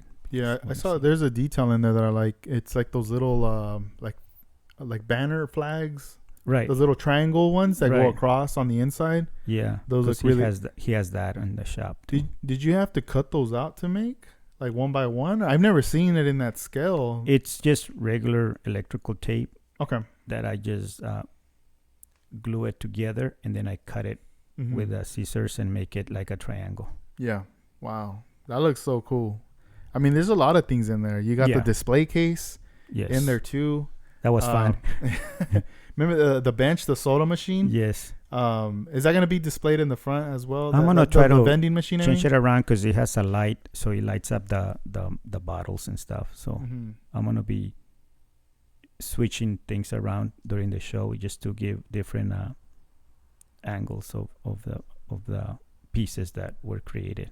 Yeah. What was the most challenging on the Paradise Road building that you came across? That's the sign that says Paradise Road, where you have to carve it, and I still want to upgrade it to another idea, but Mhm. for right now, it's just basically gonna go to Japan. that Yeah, way. like that's cool right now, but Yeah. once you're back in a relaxed Right. setting, one thing I've always wanted to ask you, and I don't even really ask you this, I don't think, even when we're just like talking in person, but do you ever when do you think you're ever gonna take a break?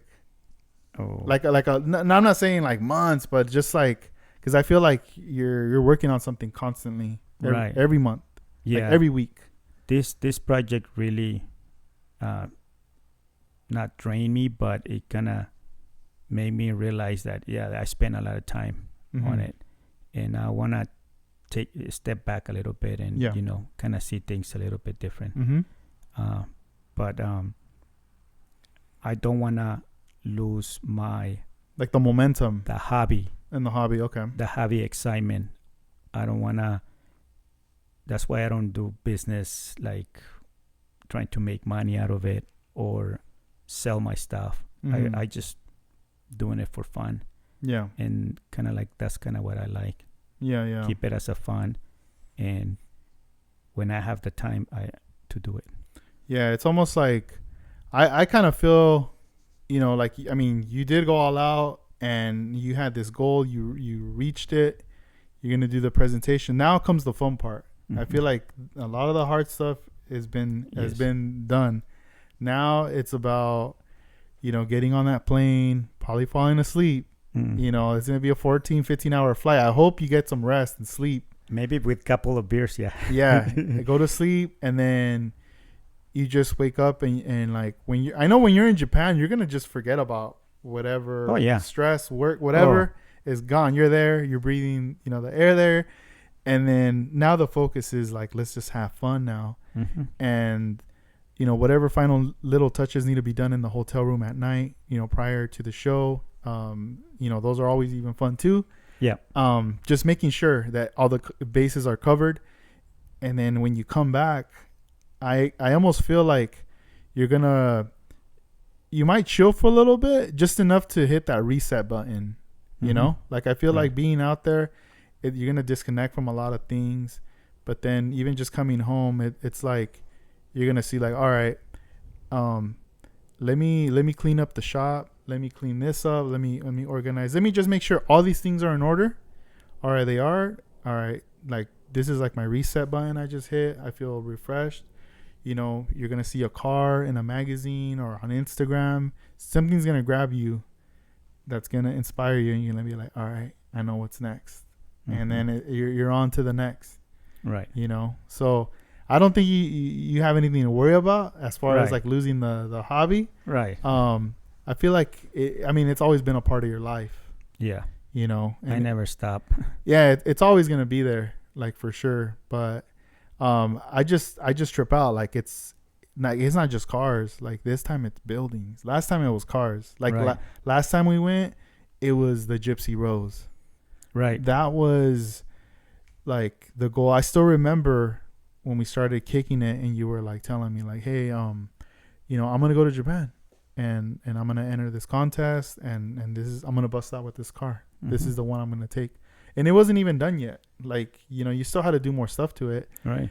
And like, to me, I mean, I'm looking at the photos of the car that you have up, and I'm looking at the model, and it at the time it was like really hard for me to wrap my brain around it. Like, how's he gonna do it? I know he can do it, but how? Like, I want to see the magic done, you know, in front of my eyes. So then little by little it started to come up, and then bam, it was like done. Then you were like, look, I'm gonna do this turntable now. Oh, I'm gonna paint this flight case and all this stuff. And I was like, what the hell? Like, it's done. But that was like the focus, right?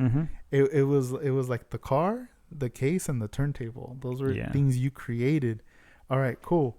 Now it's like different. Now it's like buildings. It's the cars. Like, there's just more stuff like added to it. Yes. As an artist, you always have a vision, and I think if you're a car model builder, you can do buildings too. And the more detail you put on your cars, you can do that on a building also. But even when I was a kid, I used to like buildings. I wanted to be an architect, or I wanted to be some kind of a, you know, designer or whatever. Yeah. But the only thing I can do right now with the hobby is cars and buildings. Yeah. Or like a diorama, you know, part of it. But now with these old presentations that are happening, now I'm focusing more on like just basically do presentations. Yeah. I think presentations make more impact in the car model world than just the model itself. Yeah, definitely. Like, it's evolving. I mean, that's what's gonna keep everything going. I mean, I know more of the traditional model car shows. It's like there's just tables laid out. That's it, just tables, and then everyone just puts their cars with the little slip with the paper with the information. Once in a while, you'll get somebody who will go the extra length, and they'll bring a presentation piece in a square little diorama, like a nice little space with everything, right? And then little by little, people kind of sneak in a building or something. Next thing you know, they're going to have to bring in more bigger tables or something, because things are going to start changing. Like, people are going to be... Next thing you know, we're going to have a table of just cars, and then a table of just buildings itself. Like, you never know, there might be a category for just buildings. And it's just going to keep like elevating like more. You know, there's already been like collaborations with somebody who dedicates themselves to just buildings with someone who car models, and they say, hey, let's go in on it. Let's put something like together. And I mean, we see it with like Skeleton, even with Vision 124, when, you know, they've been hanging out and doing their pieces together. So it's all these things that are very like motivating. Right. And it's not just on the car scene. There's airplanes that people do, like a plane crash on something, and they just make the whole diorama.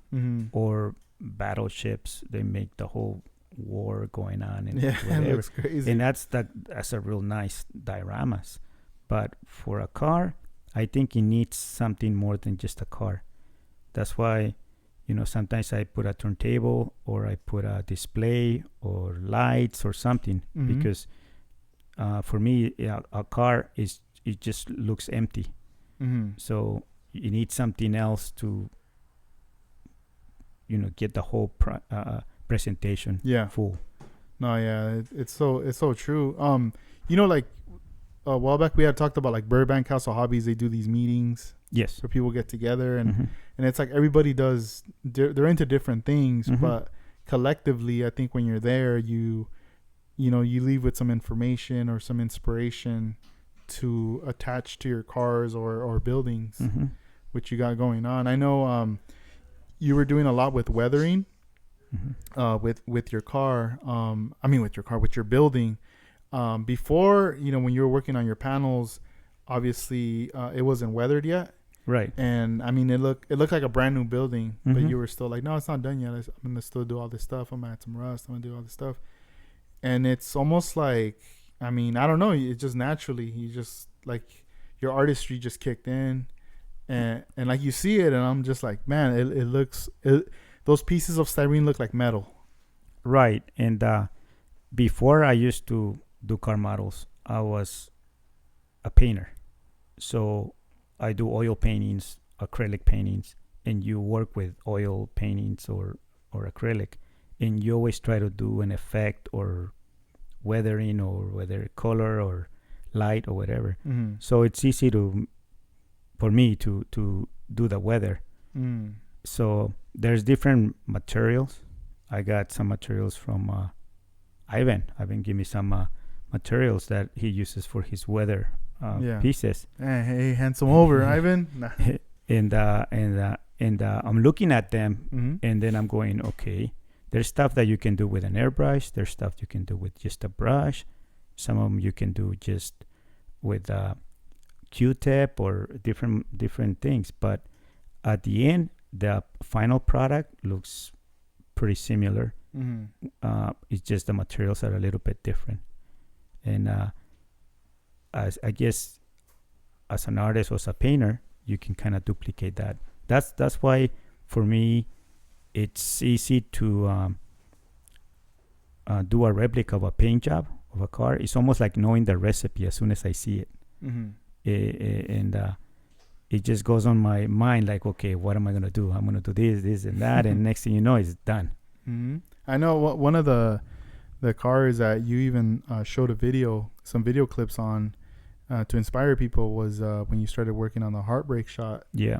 You did a time lapse Yes. video showing the process, and I know that was a video that got a lot of views. You know, it definitely opened up the eyes to a lot of people that, oh, this is like, you know, how this was done. This is how you lay like patterns and like the process of painting and all that. And I mean, it looks super intricate when you look at it. I remember you showing me pictures of the real car, Mm-hmm. and me just being like, dang, like, where do you even begin? And you were like, oh, that's easy. I'll knock it out.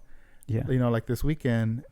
And I'm just like, dang, I know he can do it over the weekend. And then it's like, oh, here. It went so easy. Yeah, and I'm like, Like, what the heck? Like, yeah. It's crazy. Sometimes you have to learn the tricks to it. Mm-hmm. Like that way you don't spend too much time taping, Mm-hmm. unmasking, back masking. You just basically prep the car. That way you're going to do it faster, Yeah. but it's still going to look nice. Yeah, because it's like you could definitely waste a lot of time Mm-hmm. back masking and taping, Mm-hmm. and cutting every little thing. Oh, yeah. And then at the end, you're just like, man, I'm going to give up. Yeah, but it went pretty easy on that car. Mm-hmm. And I like the results too. Yeah. So we're taking 4 buildings, and how many cars are you taking? Taking Your cars? I Eh. mean, we did the rundown. Did I miss any? So it's Heartbreak. Mental 9 is another car that I painted a long time ago, Mhm. and it was just That's in sitting here, on right? my shelf. Okay. Yeah. In the shop. Yeah. So now it's gonna be inside Yeah. inside his The building. Mental 9. That's cool. Yes. That's awesome. What are you looking forward to in Japan this time around? This time, Because you're going to 2 shows. you know, I'm looking more to meet new people, be more like social with the people in Japan, Mm-hmm. and then this is the first time that Hector Lozano and his daughter is going, so I want to make sure that he enjoys Japan Mm-hmm. the way I have done in the past. Yeah. So eat whatever we want to eat, drink whatever we want to Oh, yeah. drink. Don't hold back. Yeah. That's So- cool. Are you looking forward to the hobby shops as well out there? Yes, I'm gonna. Are you gonna get This- that little brush? Remember you didn't get it last time? No, I didn't. But this time I'm gonna pay a little bit more attention to the tools and Yeah. the stuff that they have out there. Yeah, heck yeah. Bring back some goodies Yes, right there. pretty much. No, that's awesome. So you're gonna are these gonna be your carry-ons, or are they gonna be shipped out with the luggage? With the luggage. Okay, Hmm. cool. Except for the cars. The cars are gonna be Yeah, those. gonna stay with us. Yeah. How do you feel? What are your thoughts and opinion about the Galaxian? Something that Hector Lozano just finished.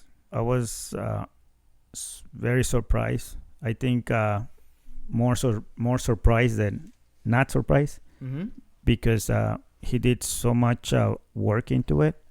A lot of craftsmanship went on that car.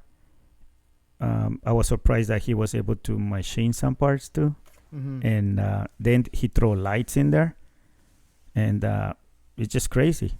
Mm-hmm. That tells me that he's always been a masterpieces. Whether you live for 20 years, you come back, you still with the same talent, if not even better, because he was able to prove and show the car the way it is right now. Yeah. Do you how does it feel? I mean, now knowing that he's back active building models, Mhm.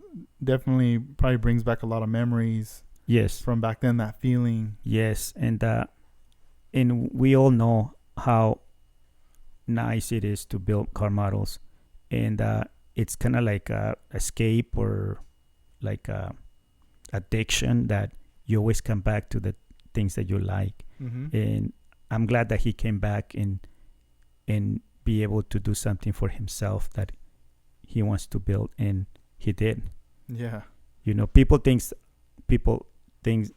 they think that it's just a toy, but when you spend 8 months doing it, it's not a toy.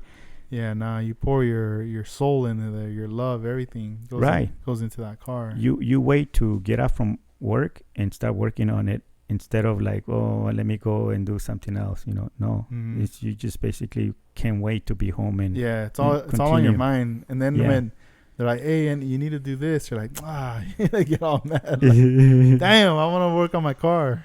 and then do it, This was my plan. and then do it like 2, 3, 4 times, Yeah. and it's not coming out the way you want it. Oh yeah. And it's something I discover, Edgar, is that the older I get, I start being impatient Mhm. when I'm doing the car models. Yeah. I can The see. patience just goes out the window. Oh my God! I'm like, oh my God. So, but He's gonna flip the table. but that's not gonna stop me from doing what I like to do. yeah. Nah, yeah, you gotta. It's because I think it has to do too, because you've done all these cars, and with the experience, you reach the level that when you're doing something, it's like you know how to get to that point, and you expect it to Mhm. come out at a certain level, and when it's not coming out, someone else can be like, "Oh, that looks good," Mhm. but you're like, "Nah, it's not." Like not, and also not being like a perfectionist, but there's a certain standard you want on your build. Yeah, and your eyes are, you need glasses now, and you need to get a perfect light, and that's something that is very important. When you're Yeah. young and your eyes are good, You're good to go. It's crazy how lighting has a lot to do with it too, because yeah. that light that you recommended that goes on the desk, Mhm. that LED. I mean, I wasn't using that obviously back then. I was just whatever was above, whether Mhm. if I was in the kitchen or the living room, and even the lights like kind of yellowish. Mhm. It's not really that bright. Mm-hmm. And like now that I have that light, you get a better view. It's more clear and everything. And then whenever I go back to not using that light and I use anything else, it stresses my eyes. Mm-hmm. Like I'm like, nah, I can't. I mean, I could work, but I know my eyes are gonna get tired. Yeah. But when I work under that light in the bench, and I'm like, in my world, it's like different. Like my eyes don't get tired at all. Right. The light is very important. Mm-hmm. especially on detail. Yeah. You need that or lighting. Or the colors, when you're doing painting and stuff. So. That's true. Yeah, because other than that, like, I try to do something and I'm just like, man, I'm not feeling this light. Like, I can't just, go to like my parents' house or something and be like, oh, I'm just going to work in the kitchen. Like, right. I need to bring that light with me. Right. If I'm going to do that. Right. Sometimes you're working on an area where you're not even noticing that your light is not perfect until you start getting tired and you're like, wait a minute. Mm-hmm. This is the reason why I'm getting tired, because the light is not enough. My eyes are giving up. Yeah. The lighting. Yeah. Damn, that's crazy. Yeah, it definitely it does happen. Mm-hmm. Where most of your nights, like, you were staying up pretty late working on everything every night? Lately, I have, Mm-hmm. because I want to get this project done, and it is stressing me out, like trying to get it done, but it's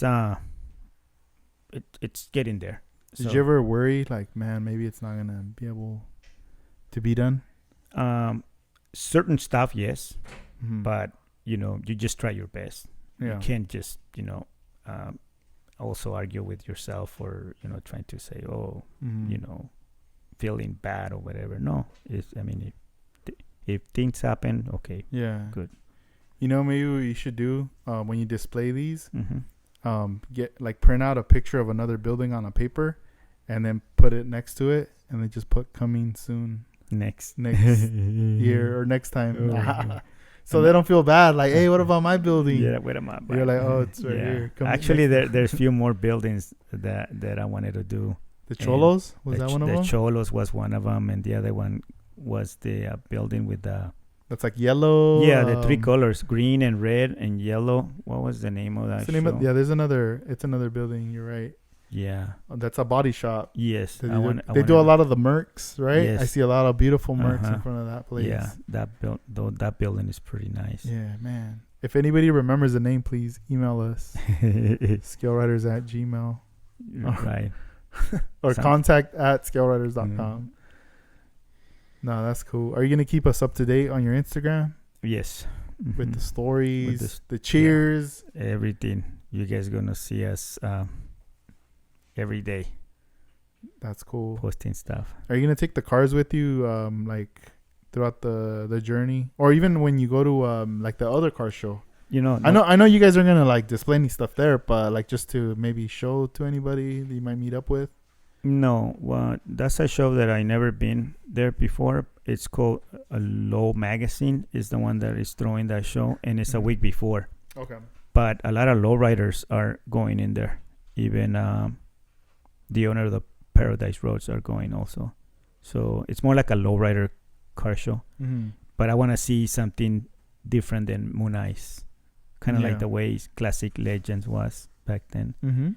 But this is in another city that I never been before, so that's gonna be a good experience. Yeah, be there. Man, that's cool. And you already got everything covered, like your tickets, as far as transportation, the train. Yes, you can get that out there. It's all covered. Yeah, everything's paid already. Mm-hmm. Just to make sure that we just jump on the plane, fly away, oh yeah, and then take us to. I remember the flyaway, and then I remember being like, "Oh, we're already here, LAX." No, we're not. You got to go on the flyaway. Mm-hmm. I was like, "Damn, that nice." Yeah. Next thing you know, we're gonna be back, and we're just gonna talk about all the stuff that we did. Out there. Hey, what happened? Oh, you didn't see my Instagram? You didn't see it? You go check it out. Go give me a like. go see it first, and then I'll tell you what happened. Pretty much. That's so cool, man. Well, I hope you guys have a great time out there. I mean, I'm sure you will. Mm-hmm. Please come back with lots of tools, stories. I'm gonna FaceTime you, like, hey, what do you think about this? And you're gonna be like, look where am I at? Buy it. Check it out. Buy it. Nah, that's so cool. Any words of inspiration for people out there that are planning on a trip like this in their life to go out? Should they do it? I recommend at least one time on their lifetime to go over there, Mm-hmm. because I think it helps. It helps you you think different, because you see a different culture, the way they live, and Mm-hmm. I always come back with, I always come back as a better person. Yeah. And when I say better person is because I see that culture, that how rich they are in regards,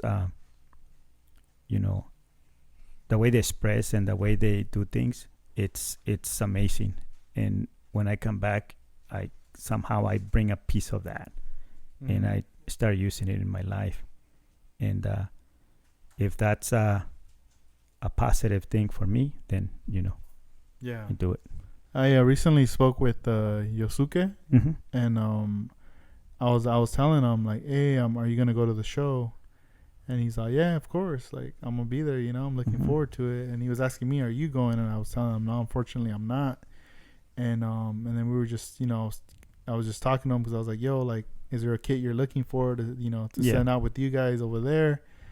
And he was happy and all, but he was more like, man, I'm just super excited, like, to check out the presentation. He was saying the Masterpieces presentation. That's what I'm looking forward to Oh wow. see.